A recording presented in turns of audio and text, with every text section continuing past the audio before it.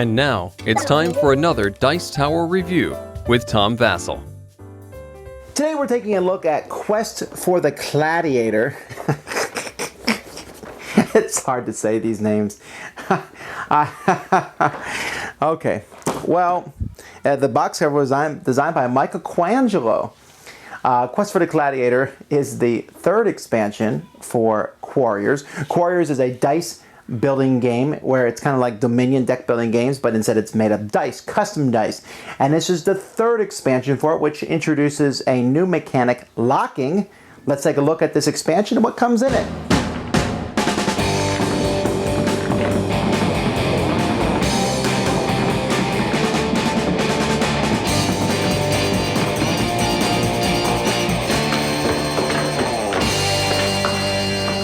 So here are the dice that are included with this game. You can see that they're, new colors, different colors than have been included in the past. I especially like these pink ones. There's nothing quite pink, and especially since that's the pink-eyed Cyclops, which, I don't know, I just get a kick out of that. These clear dice are the second instance of clear dice. There's been clear dice before with white inking. Now they have clear dice with purple inking. These are a little harder to see than the rest of the dice in the game so far, but still, not a huge deal. Now, this game comes with a box that has a tray inside to hold all the dice. Now, this is not the first box to do this. The last one, Quarriors, also had this. And you can see I have all my dice from the game so far. And then you put this tray on top like this. And then the rest of your dice will fit very neatly on top here. So you can see there's still room for more expansions. Now, the dice on top here, I didn't mention at my Quarriors, I didn't even realize it. Now I know that you can put dice on top like this. At first, I was a little concerned that they would fall all over the place because it does seem like it's a pretty simple thing to happen, that the dice would go there. But I put all the dice in the box, and I shook it up and shook it around, and they don't fall. So here you can see that I have all these dice in this tray. I can just move these out. Of course, I can drop it like that, and they move around a little bit, but for the most part, they fit in there, and there's all the dice for the game thus far, which is quite a bit of dice. The main thing that Qladiator adds to this game is the locked die. You can see here is a sheet. You can copy these if you want to and make them for your game. But there's a spot to put a locked die, and many of the new dice will have a side that shows a lock on it. And when you roll that, you must put one of them in the locked area. Now notice there's only one spot for a locked die there. So if you roll another die with a lock, it will replace that die. Now, sometimes locked dice will have good benefits, sometimes they will have negative benefits. But what it does is it essentially adds some sort of benefit to you or away from you. So you may not like the benefit, or you may want the benefit. And there's even some dice where you can put the locked die on somebody else. You can put it in someone else's locked area. And there are other times where you would prefer to use the other sides of the locked die. Now, this is a creature, and it can be affected by some abilities. But locked dice are gotten rid of by a few ways. One, by replacing it with another locked die, and then that gets rid of it. If you roll 2 locked dice on your turn, you pick which one goes there. Another way is to pay 2 quiddity to get rid of a locked die, although there are a few dice that are even immune to that. And then the third way is by destroying the die somehow with a spell, which will take it out of your area. Now, let's take a look at the cards and see how these locked dice affect this game. Here we have an example of the strong pink-eyed Cyclops. I think this is a good example of a lock. You'll notice that the 1-star lock, when that's my locked area, all my attacking creatures add 2 to their attack total. A pretty awesome thing. And if there's a 2-star lock, I have to pay an extra quiddity to summon my first 2 creatures each turn. That is not an awesome ability.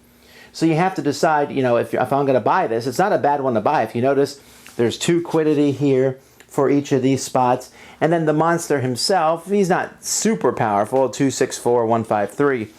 But he's an interesting one, and that ability is very useful. The ability for his locking is much more useful. Later on, you can see that here he has a lot more glory, but the abilities aren't quite as useful, but they're still locked creatures. And just like for the other expansions, there are 3 of each of these creatures. Here's another creature, the mighty Quaxus's Eye. This is the one that when you score him, if you can score him, because he is one weak little creature. Notice how small his numbers are there at the bottom, then you put him in another creature's area, and that can do something good or something bad for them. Like, for example, you may only summon one creature each turn. You may not spend quiddity to unlock this creature. So you can stick him in someone else's area, and how are they going to get rid of him? The only way they're going to get rid of him is by scoring their own Quaxus Eyes. And that's how all these guys are. They're very weak, but they have some very useful abilities, especially towards other people. Here we have the Strong Quake Dragon Mystic. And you can see that this guy locks the same, but players get +1 glory for each creature they score while this creature is locked. The owner of this creature gets to add 1 die from their bag to their active pool for each creature an opponent scores. And that's one feature I found that is a lot in this set, is the act of moving dice from one area to the other area, from your active pool to your use pile to your ready area to your bag. There's a lot of abilities that have to do with that. Not to mention that these guys aren't so weak on their own, and they have some pretty neat abilities. And then the last ability creature in this set, there are 4 creatures that have the lock ability, is the Poison Dart Frogs. And you can see this guy can rotate dice at different levels. And also, one of the things I really like, this is a creature I really enjoy having, this one here, the Strong Poison Dart Frog, because he costs 2, and he's weak, and he can get you 4 glory. Now, you have to realize that if the locked abilities are on the side, the chance of you rolling the creature is only 1 out of 3. But if you can roll him and then he can survive, you get 4 glory. And I've been very eager for them to add something like this. Weaker creatures that will give you more glory points. You just have to get them to survive, because the temptation to buy them is super strong, even if you know in your heart of hearts that they will probably never survive to the next round.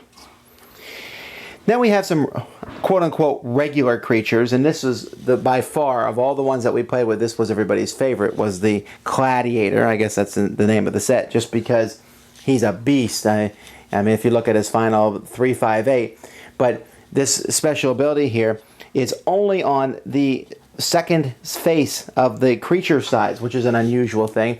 And if you roll that one, dice in the wilds will cost you 1 less to capture, which is a pretty neat thing.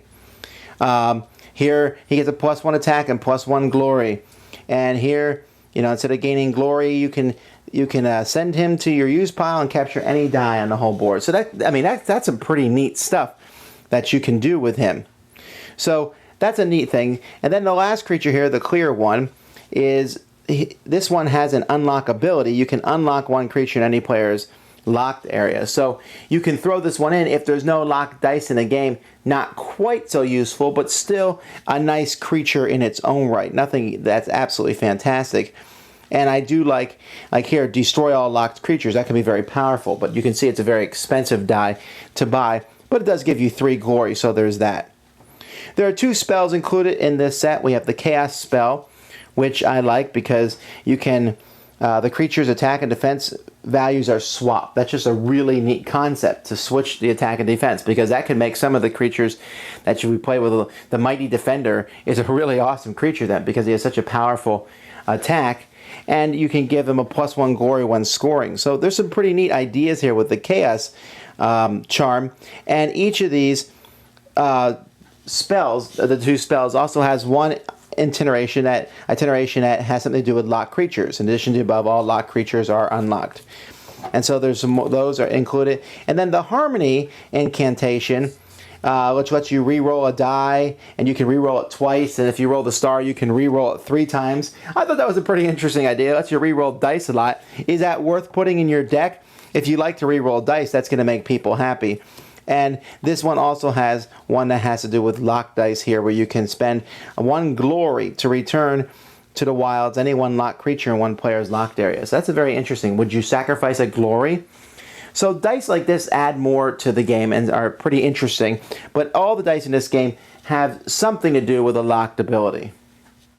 Now, I'm a big fan of Quarriors, and obviously a lot of people are too. It's a game that people enjoy, custom dice, it's light, and I think the last expansion, Quarmageddon, added a lot to the game. And I still think that's probably the best expansion. If you get one expansion, it's Quarmageddon. This expansion is not a bad expansion. It adds something interesting, locking. And one of the things that I found interesting about locking was how it integrates with the other sets. Usually when you add an expansion and it adds a mechanic like this, let's say Shadows and Magic the Gathering, or the Alchemy and Dominion, when you add them, it doesn't work very well unless you use a lot of it. But this game, it's okay. If you have one card that has locking in it, it doesn't affect the game much at all. I mean, it certainly affects how the game plays, but what I'm saying is you don't feel like you need other locking cards. Even the different spells and things that affected locking cards unlock something. If none of those locking abilities were on the table, you would still consider taking those creatures or spells because they had other good uses to them. The locking thing is kind of a bonus, and I like that. In fact, I almost would say, since I played with everything in a set in one bundle, that having everything in a set in one is almost a little bit too much locking going on.